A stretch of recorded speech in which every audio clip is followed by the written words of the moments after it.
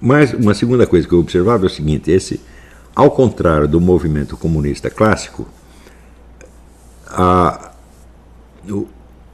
ideologia diversitária, defesa das minorias, essa coisa toda, não tem um corpo de textos canônicos ao qual todo mundo se reporta, como no caso do comunista tinha os escritos de Marx e Engels e Lenin, né, e depois Lenin, Stalin, Trotsky, etc, etc.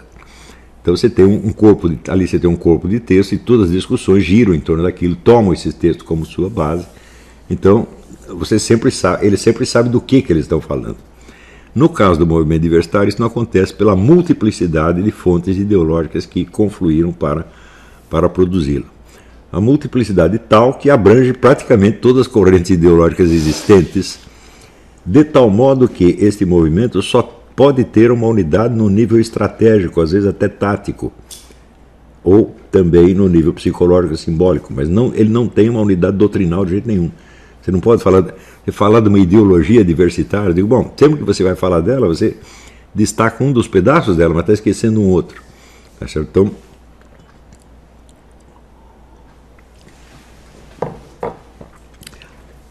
contar a história do trajeto desse movimento, desde as suas origens até o seu estado atual e as consequências que está desencadeando, é muito mais complicado, evidentemente, pela multiplicidade das fontes. Então, o método a ser usado tem que ser o seguinte: primeiro, fazer o repertório dessas fontes, com toda a sua variedade, e ver como eles foram se integrando nesse movimento.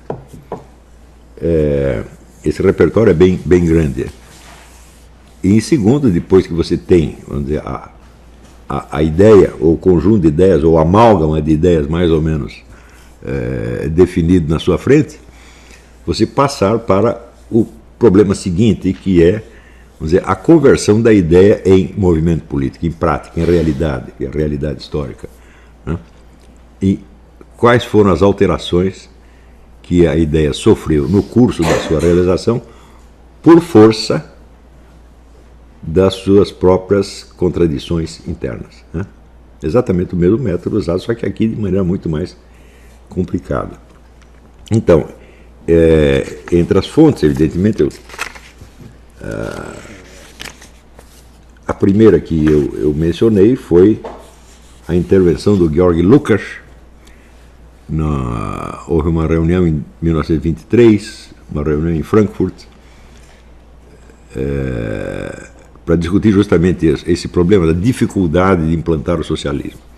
E daí participaram vários intelectuais e o Georg Lukács lança ali a sua teoria de que o obstáculo maior à implantação do socialismo não era o poder político, econômico, militar da burguesia, mas um fator de ordem cultural e civilizacional. Então ele diz, é toda a civilização do Ocidente que está se opondo a nós. Então nós temos que derrubá-la primeiro para fazer o socialismo depois. Essa ideia, ela inspirou uma boa parte dos produtores da ideologia de 68, mas não todos. Houve outros elementos totalmente heterogêneos que aí se introduziram e acabaram convergindo para o mesmo fim. Um exemplo que eu citei, por exemplo, as ideias de Heidegger foram maravilhosamente integradas na ideologia de 68, embora elas viessem de uma outra fonte. Tá certo? Também as ideias de Nietzsche foram integradas, também vindo de uma outra fonte.